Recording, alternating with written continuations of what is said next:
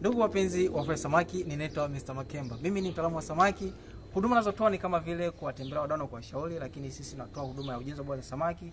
Tunazalisha na kuuza mbegu bora ya samaki aina sato na kambale. Lakini pia mimi ni mwandishi wa vitabu na majarida yanayohusu ufugaji wa samaki. Kama mnavyoona hapa tupo Vikindu kwenye bwawa la mkulima. Yeye amefanya ufugaji kwa mabwawa ya kujengea.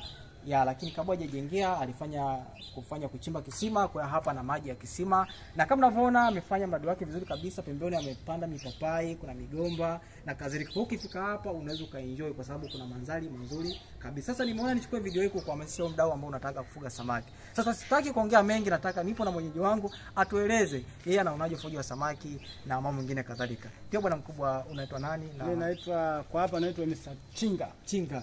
Wanavyonitambua kwa hapa. Okay. Nyinyi mnafuga samaki gani hapa? Hapa tunafuga samaki wa sato, aina ya sato na kambale. Na kambale. Okay. Ukiangalia kati ya sato na kambale, yupi ni rahisi kumfuga? Ni rahisi kufuga, wote wanakuwa na urahisi wapo. Lakini ni zaidi kama unaanza kufomu kwamba nianze kufuga. Unaona? Kutokana na uwezo wako ambao utakuwa nao. Utakuwa nayo. Na unaweza kufuga sato au kambale? Au kambale, utachagua. Okay. Kwa hiyo unaweza ukatoa kambale baadaye ukafuga sato. Kwa nini wewe unafuga samaki na mbili? Una mabwawa mawili, kuna mabwawa mawili na ndio maana tumeweka mabwawa mawili. Yana madhumuni kwamba huku tuweke kambale, huku tuweke sato. Okay.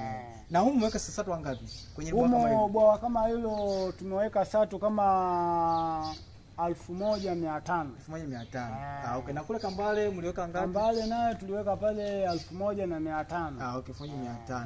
Okay, sawa. Hivi sasa unamueleza nini mkulima ambaye anakutazama naye anataka kufuga samaki? Je, afuge samaki au una magani vipi? Wewe unaonaje ufugaji wako wa samaki? Mkulima afuge samaki. Afuge samaki. Afuge samaki. Soko lipo? Soko lipo, halina shida. Kabisa. Haina shida soko. Wewe ukitoka samaki wako unawapeleka wapi sokoni?